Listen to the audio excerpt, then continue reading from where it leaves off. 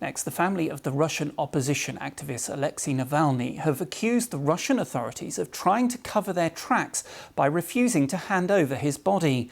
Navalny's team believes the opposition leader was murdered, but Russia's foreign ministry has rejected those claims. His death has sparked international condemnation, with memorials for Navalny taking place in several nations. In Russia, more than 350 people have been detained following vigils. Our Eastern European correspondent Sarah Rainsford has this report. Ever since the death of Alexei Navalny, people have been leaving tributes. But in Putin's Russia, even laying flowers can be risky if you're doing it in memory of his biggest opponent.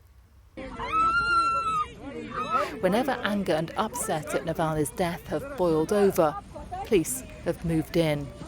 Hundreds of people have been arrested across the country, dragged away by police who've cleared the streets. This is the Russia that Navalny and his supporters wanted to change. But 3 years ago, he was poisoned with a nerve agent.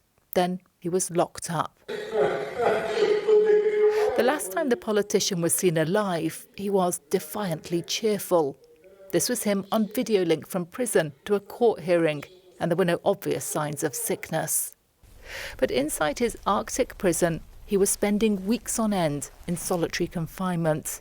The authorities say he collapsed suddenly. The cause of his death is still unknown. And when Navalny's mother arrived to collect his body, she couldn't find her son.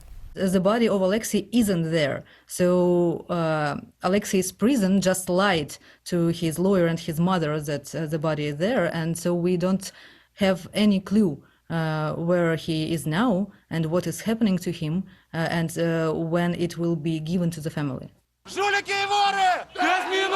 Alexei Navalny was a rare voice of dissent in Russia, where Vladimir Putin has been crushing political opposition over 2 decades. The activist could still bring big crowds onto the streets with his campaigns against corruption and against the Kremlin. His supporters blame Putin for his death because Navalny was only in prison for his politics. Russia's president is saying nothing for now, going on with business as usual. When Navalny was alive, Putin never uttered his name. But the flowers speak for Navalny's supporters. A quiet tribute to a man who told them to believe in a beautiful Russia of the future. Harder for them to envisage now than ever. Sarah Rainsford, BBC News. Well, Natalia Pelovina is a Russian opposition activist and politician who knew Alexei Navalny. She gave us her reaction to his death. Devastation, anger, a lot of anger, and this sense of loss, because he really was, for a lot of people in Russia who oppose what's going on, a beacon of hope, even when he was in jail. There was a lot of hope connected to his name. And as irrational as it might have been in the recent years when he was already in prison, and we knew that he will be in prison for as long as Putin is in power.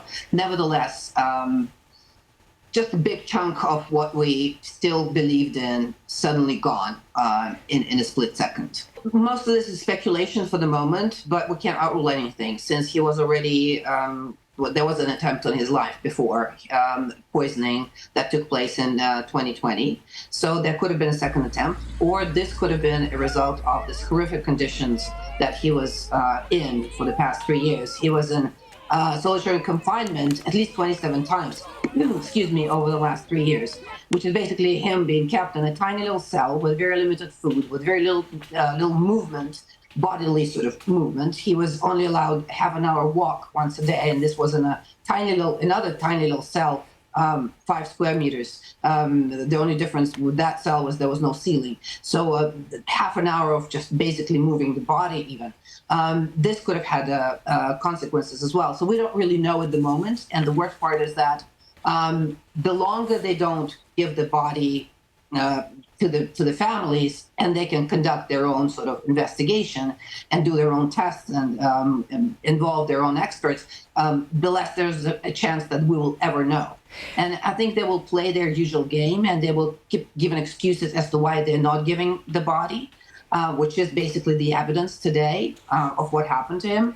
And eventually, when they will maybe return the bodies to the family, it will be too late to find anything out.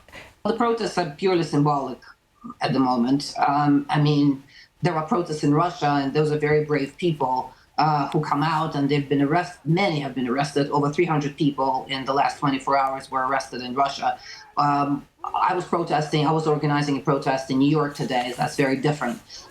It's symbolic at the moment, but I think it is important. It does send a message, as does the attention to this from the Western leaders, from the Western, important figures. All this attention is important, even though it might not, of course, change the situation in Russia immediately, unfortunately.